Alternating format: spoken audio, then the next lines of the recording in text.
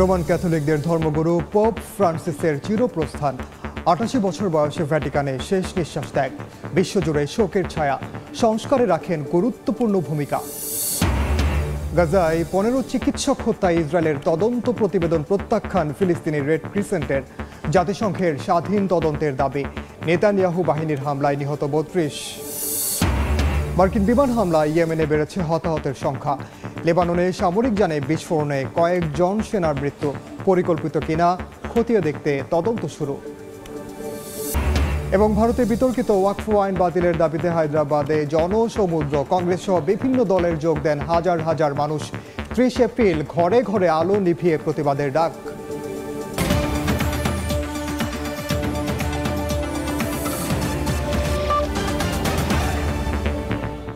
আন্তর্জাতিক সময়ের সঙ্গে আছে আমি ওমর ইনান। রোমান ক্যাথলিক চার্চের সর্বোচ্চ নেতা পোপ ফ্রান্সিস আর নেই। ৮৮ বছর বয়সে ভ্যাটিকানে শেষ নিঃশ্বাস ত্যাগ করেছেন এই ধর্মগুরু। প্রথম লাতিন আমেরিকান পোপ হিসেবে তার যাত্রা শুরু হয়েছিল বুয়েনোস আইরেস থেকে, শেষ হলো ভ্যাটিকানে। তার প্রস্থানে রোমান ক্যাথলিক চার্চ হারালো এক উদার, সংলাপমুখী ও মানবিক নেতাকে। ১২ বছরের দীর্ঘ পোপের দায়িত্ব পালনে তিনি শুধু ধর্মীয় নয়, বিশ্ব রাজনীতিতেও রেখে গেছেন উল্লেখযোগ্য প্রভাব।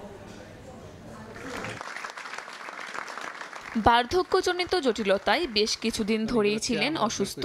স্থানীয় সময় সোমবার শেষ নিঃশ্বাস ত্যাগ করেন ক্যাথলিক খ্রিস্টানদের সর্বোচ্চ ধর্মগুরু পোপ ফ্রান্সিস। ১৯৩৬ সালের ১৭ ডিসেম্বরে আর্জেন্টিনার রাজধানী বুয়েনোস আইরেসে জন্ম নেন হোর্হে মারিও বেরগোলিও। ইতালীয় অভিবাসী পরিবারে বেড়ে ওঠা এই মানুষটি শৈশব থেকেই ছিলেন সাধারণ ও অনাড়ম্বর। বাবা ছিলেন রেলওয়ে কর্মী। কেমিস্ট্রি নিয়ে পড়াশোনা করলেও তার হৃদয় ঝুঁকে পড়ে খ্রিস্ট ধর্মের প্রচারণায়। ১৯৫৮ সালে জেসুইট সোসাইটিতে যোগ দেন ও ১৯৬৯ সালে যাজক হিসেবে অভিষিক্ত হন। শিক্ষা গ্রহণ করেন আর্জেন্টিনা, চিলি, স্পেন ও জার্মানিতে। যদিও ডক্টরাল গবেষণা শেষ করতে পারেননি, তবুও তার জ্ঞান ও ভাষা দক্ষতা ছিল বিস্ময়কর।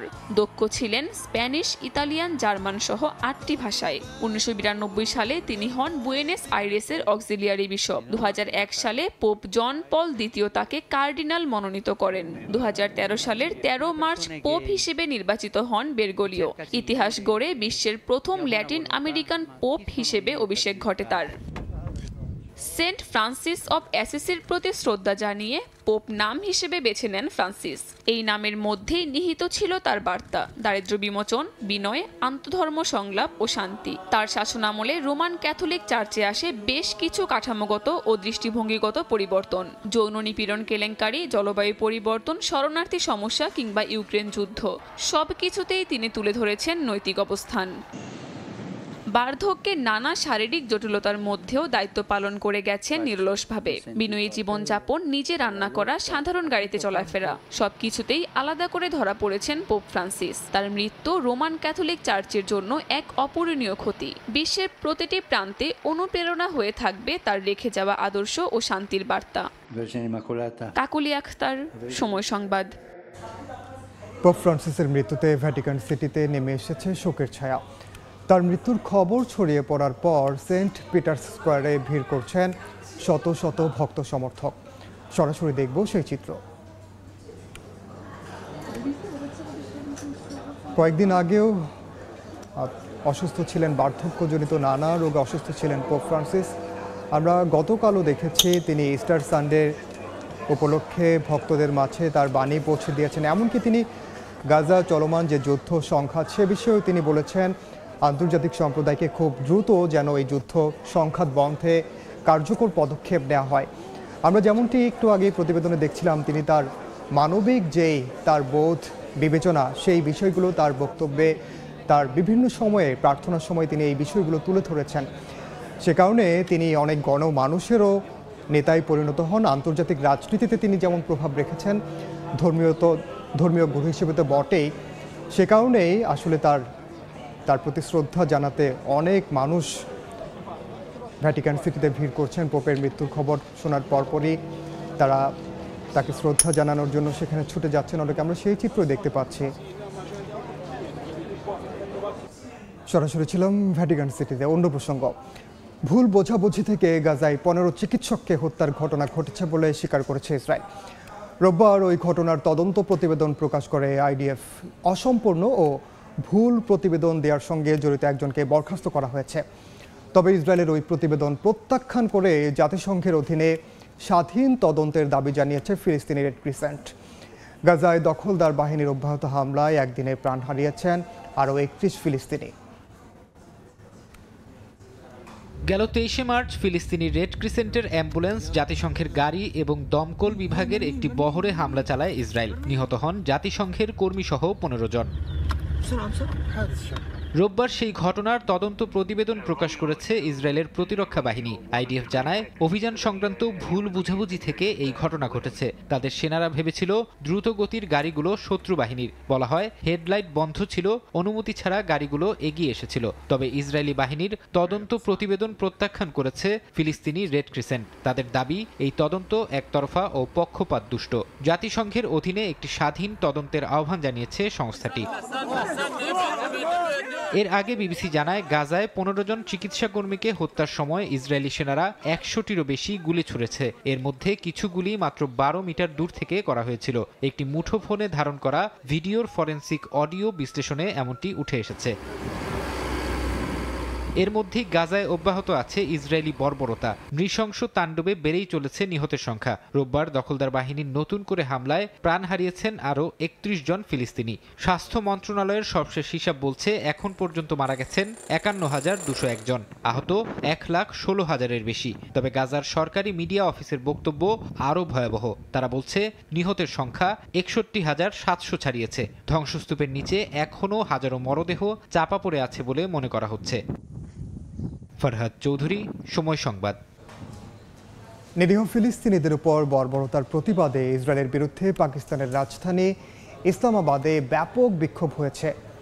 জামায়াতে ইসলামী আয়োজিত বিক্ষোভ সমাবেশ থেকে আগামী 26 এপ্রিল দেশ জুড়ে ধর্মঘটের ডাক দেওয়া হয়েছে। একই সঙ্গে ইসরায়েলি পণ্য বয়কটের আহ্বান জানিয়েছে রাজনৈতিক দলটি।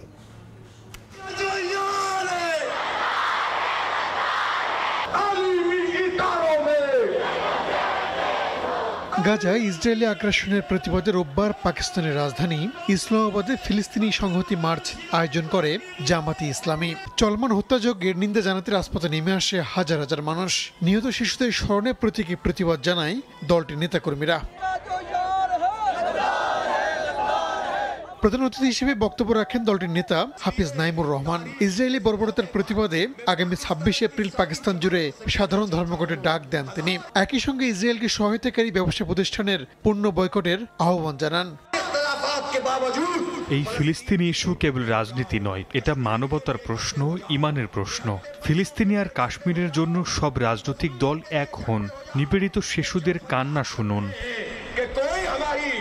বিক্ষোভ সমাবেশে নারী ও শিশুদের উপস্থিতি ছিল চোখে পড়ার মতো। ইসরায়েলকে সমর্থন দেয় যুক্তরাষ্ট্র বিরোধী স্লোগান দেন তারা। 18 মাস ধরে নির্যাতিত ফিলিস্তিনিরা, অথচ মুসলিম নেতৃত্ব নীরব। আমরা একতা চাই, বর্জন চাই ইসরায়েলি পণ্য। পাকিস্তানের সরকার ও বিরোধীরা ফিলিস্তিনিদের সংহতি জানাতে পর্যাপ্ত পদক্ষেপ গ্রহণ করছে না বলেও অভিযোগ করে দলটির নেতারা। রাহনুল রানা, সময় সংবাদ। লেবাননে সামরিক যানে বিস্ফোরণের ঘটনায় 5 সেনা নিহত হয়েছেন, আহত হয়েছেন আরও 7 জন। সেনাবাহিনীর এক বিবৃতিতে বলা হয়, স্থানীয় সময় রোববার দেশটির দক্ষিণাঞ্চলে গোলা বারুদ বহনকারী একটি গাড়িতে বিস্ফোরণ হলে এই হতাহতের ঘটনা ঘটে। তবে এটি দুর্ঘটনা নাকি কোনো বহিরাগত হস্তক্ষেপ তা তদন্ত করে দেখছে নিরাপত্তা বাহিনীর বিশেষ ইউনিট। সেনা প্রাণহানির ঘটনায় লেবাননের নিরাপত্তা পরিস্থিতি নিয়ে নতুন করে উদ্বেগ বাড়ছে। ইয়েমেনের রাজধানী সানায় মার্কিন বিমান হামলায় মৃতের সংখ্যা বেড়ে 12 জনে দাঁড়িয়েছে। এ ঘটনায় আহত হয়েছেন আরও 30 জন। স্থানীয় সময় রোববার রাতে আল ফারাহ মার্কেটে হামলা চালায় যুক্তরাষ্ট্র। হাউথিদের সংবাদ মাধ্যম জানায়, ধ্বংসস্তূপের ভেতরে আটকে পড়াদের উদ্ধার অভিযান অব্যাহত রেখেছেন উদ্ধারকারী দলের সদস্যরা। সৌদি আরব সীমান্তে সাদা প্রদেশেও মার্কিন সেনারা বিমান হামলা চালিয়েছে বলে জানায় ইরান সমর্থিত বিদ্রোহী গোষ্ঠীটি। গেল সপ্তাহে হোদেইদা প্রদেশের রাস ইসা বন্দরে যুক্তরাষ্ট্রের হামলায় অন্তত 80 জন নিহত হন। হামলার প্রতিবাদে বিক্ষোভ করেছেন ইয়েমেনের সাধারণ মানুষ। আন্তর্জাতিক সময়ে আরও থাকছে। যুক্তরাষ্ট্রের পররাষ্ট্র দফতরকে ঢেলে সাজানোর প্রস্তাব ট্রাম্পের। থাকবে না গণতন্ত্র ও মানবাধিকার ব্যুরো, আঞ্চলিক কাঠামোতেও ব্যাপক রদবদলের আভাস। পরিবারের সদস্যদের সঙ্গে গোপন সামরিক তথ্য আদান প্রদানের অভিযোগ উঠেছে যুক্তরাষ্ট্রের প্রতিরক্ষামন্ত্রী পিট হেগসেথের বিরুদ্ধে। এক প্রতিবেদনে সিএনএন জানায়, ব্যক্তিগত মোবাইল থেকে সিগন্যাল চ্যাটে ইয়েমেনের হাউথিদের বিরুদ্ধে সামরিক অভিযানের কথা স্ত্রী ও ভাইয়ের সঙ্গে শেয়ার করেছেন হেগসেথ। স্পর্শকাতর তথ্য আদান প্রদান করা নিয়ে তোলপাড় শুরু হয়েছে ওয়াশিংটনে। হেগসেথের সাবেক প্রেস সেক্রেটারি জন উলিওটের দাবি, শিগগিরই চাকরি হারাতে পারেন মার্কিন প্রতিরক্ষামন্ত্রী।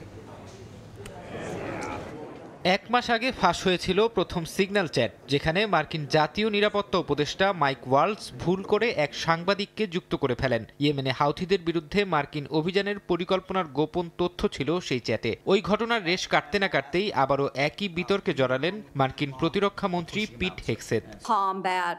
প্রতিরক্ষামন্ত্রীর পদে বসার আগে পিট হেগসেথকে সিনেটের সামনে সাক্ষ্য দিতে হয়, পেতে হয় তাদের অনুমোদন। সিনেটে এই প্রক্রিয়া চলার সময় ব্যক্তিগত ফোনে সিগন্যাল চ্যাট গ্রুপ খুলেছিলেন হেগসেথ। সেই গ্রুপে যুক্ত ছিলেন তার স্ত্রী জেনিফার, ভাই ফিল হেগসেথ, আইনজীবী টিম পার্লাটোরে সহ আরও ডজন খানেক ব্যক্তি। সিএনএন জানায়, প্রতিরক্ষামন্ত্রীর পদে বসার পর সেই গ্রুপেই হাউথিদের বিরুদ্ধে হামলার পরিকল্পনার গোপন তথ্য শেয়ার করেন Hegseth.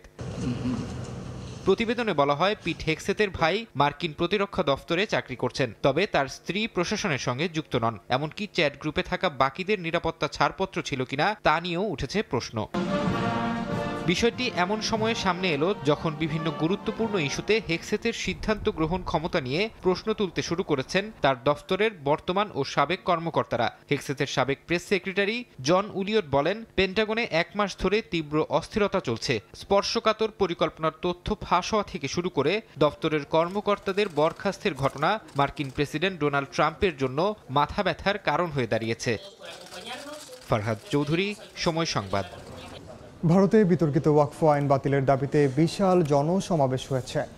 All India Muslim personal ল বোর্ড এবং আসাদউদ্দিন ওয়াইসির নেতৃত্বাধীন অল ইন্ডিয়া মজলিসে ইত্তেহাদুল মুসলিমিনের ডাকে হায়দ্রাবাদের ওই সমাবেশে হাজার হাজার মানুষ যোগ দেন।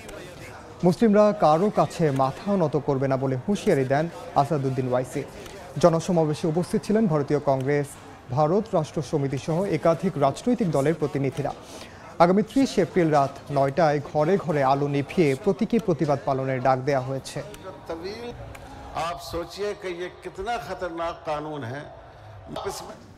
যুক্তরাষ্ট্রের পররাষ্ট্র দফতরকে ঢেলে সাজানোর প্রস্তাব দিয়েছেন ডোনাল্ড ট্রাম্প। প্রেসিডেন্টের খসড়া নির্বাহী আদেশে আফ্রিকায় মার্কিন কার্যক্রম গুটিয়ে নেওয়া থেকে শুরু করে গণতন্ত্র, মানবাধিকার ও জলবায়ু ইস্যুতে কাজ করা দফতর বন্ধের প্রস্তাব দেওয়া হয়েছে। আঞ্চলিক কাঠামোতেও ব্যাপক রদবদলের কথা উঠে এসেছে।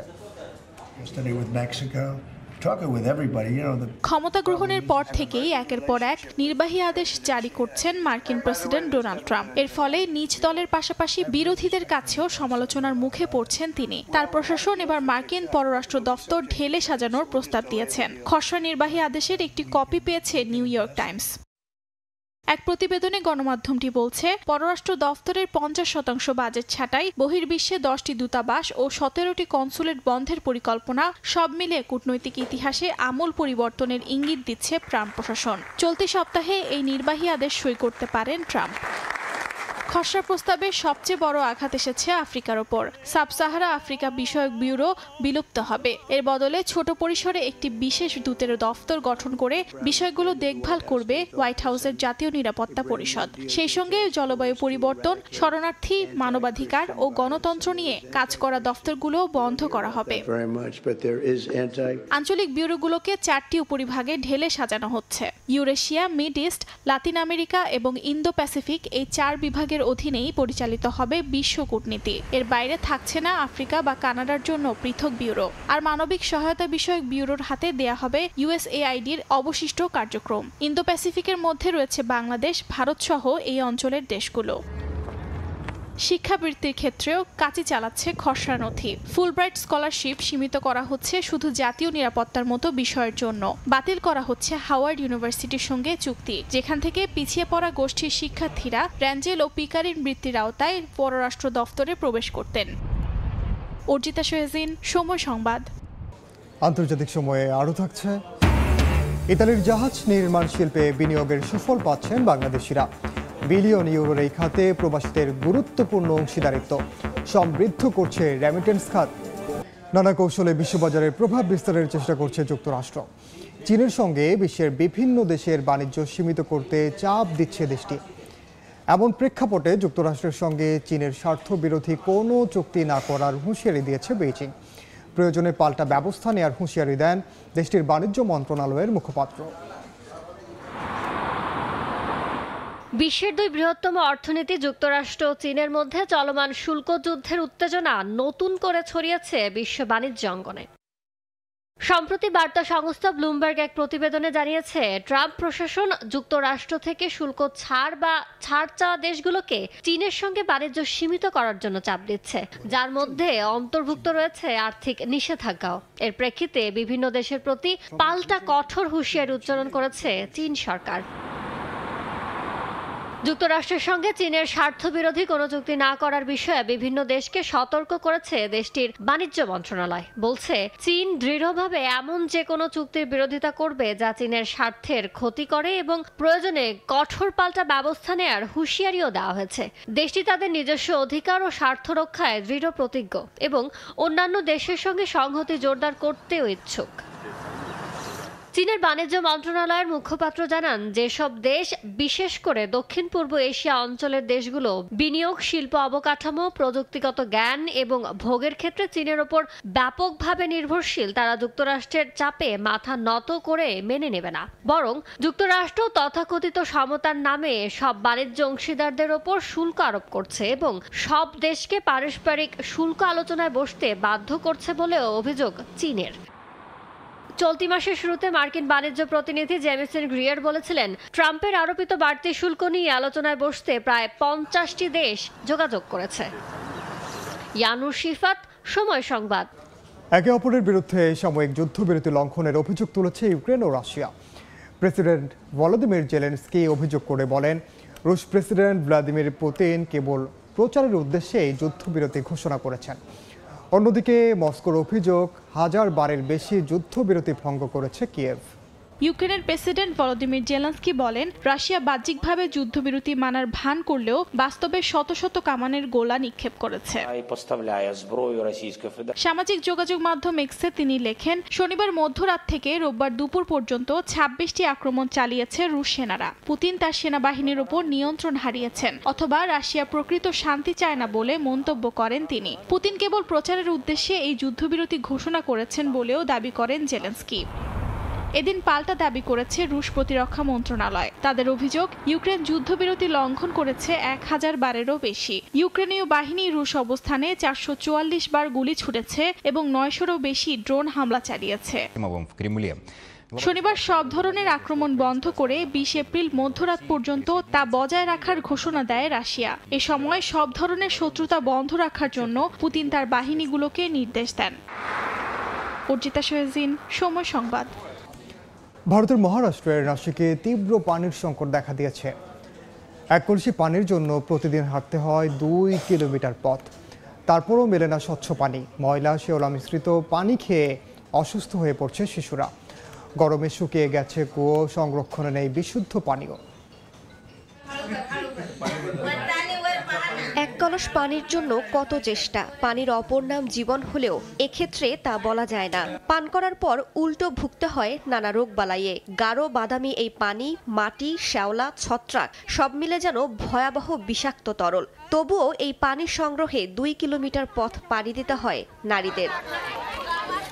ভারতের মহারাষ্ট্রের নাসিকের ছোট্ট একটি গ্রাম, যেখানে ভয়াবহ পানি সংকটে ভুগছেন বাসিন্দারা। এক ফোঁটা পানির জন্য প্রতিনিয়ত লড়াই করতে হয় তাদের। সরকারি নথিতে পানি সরবরাহের কথা থাকলেও এখানকার মানুষের ভরসা পুকুর বা কুয়োর পানি। ফুটিয়ে কাজ হয় না, খেয়ে বাচ্চারা অসুস্থ হয়ে পড়ে। আমরা পানি সংগ্রহ করব নাকি সন্তানদের হাসপাতালে নিয়ে যাব? পানি সংগ্রহে ব্যস্ত থাকায় গত 2-3 মাস কোনো উপার্জন করতে পারিনি। কথাগুলো বলছিলেন হতাশায় ভুগতে থাকা এক মা চন্দ্রাবাই, অথচ তার কথা শোনার কেউ নেই। মহারাষ্ট্রের পশ্চিমাঞ্চল ভারতের সবচেয়ে খরাপ্রবণ অঞ্চলগুলোর একটি। সরকারি হিসেবেই 2024 সালে রাজ্যের 17টি এলাকা রয়েছে এক্সট্রিম ওয়াটার স্ট্রেস অবস্থায়। এর মধ্যে রয়েছে পুনে, সোলাপুরের মতো এলাকাও। বিশেষজ্ঞরা বলছেন জলবায়ু পরিবর্তনের পাশাপাশি অনিয়ন্ত্রিত ভূগর্ভস্থ পানি উত্তোলন এবং পানির বন্টনে বৈষম্য এই সংকটের মূল কারণ। বড় শহরে ঝর্ণার মতো পানি আর গ্রামে পানির জন্য কুয়োয় নামছে নারী শিশুরা। ভারতের পানি সম্পদ মন্ত্রণালয়ের তথ্য মতে দেশের ৬৬টি জেলার অর্ধেকের বেশি গ্রাউন্ড ওয়াটার ডিপ্লেশনের কবলে। ২০৫০ সাল পর্যন্ত এভাবে চলতে থাকলে দেশের অর্ধেক জনগোষ্ঠী বিশুদ্ধ পানির বাইরে থাকবে। বিশেষজ্ঞদের মতে নাসিকের গ্রামগুলোতে এখন দরকার টেকসই সমাধান। বৃষ্টির পানি সংরক্ষণ, বিকেন্দ্রীকৃত পানি সংরক্ষণ ও কৃষিক্ষেত্রে পানির অপচয় রোধের মাধ্যমে সমস্যার সমাধান করতে হবে। রাইসা জান্নাত, সময় সংবাদ। জানাবো দেশের খবর। প্রধান উপদেষ্টার কাছে প্রতিবেদন জমা দিয়েছে শ্রম সংস্কার কমিশনে নিয়ে রাজধানীর বিজয়নগরে চলছে ব্রিফিং, সরাসরি যাচ্ছে সেখানে। আমি সমস্যা নিবন্ধনের কথা বলেছি, আমি জবাবদিহি এবং কার্যকর একটা প্রাতিষ্ঠানিক কাঠামোর কথা বলেছি, যেটা বলি শ্রম সংস্কার কমিশনে, যে শ্রম সংস্কার কমিশন থাকবে ঠিক তেমনি একটি সামাজিক নিরাপত্তা সামাজিক সংলাপ ফোরাম থাকবে, জাতীয় সামাজিক সংলাপ ফোরাম, যেখানে আমাদের মালিক শ্রমিকদের প্রতিনিধি, সরকারি প্রতিনিধি, বিশেষ করে উন্নয়ন সহযোগিতার প্রতিনিধি থাকবে, যারা বিভিন্নভাবে বাংলাদেশের শ্রম জগৎ নিয়ে উদ্বিগ্ন থাকে, পরামর্শ থাকে তাদের, এবং আমাদের ব্যবসায়িক প্রতিনিধিরা থাকবেন, বিভিন্ন আন্তর্জাতিক ফ্রন্ট সংগঠনের প্রতিনিধিরা।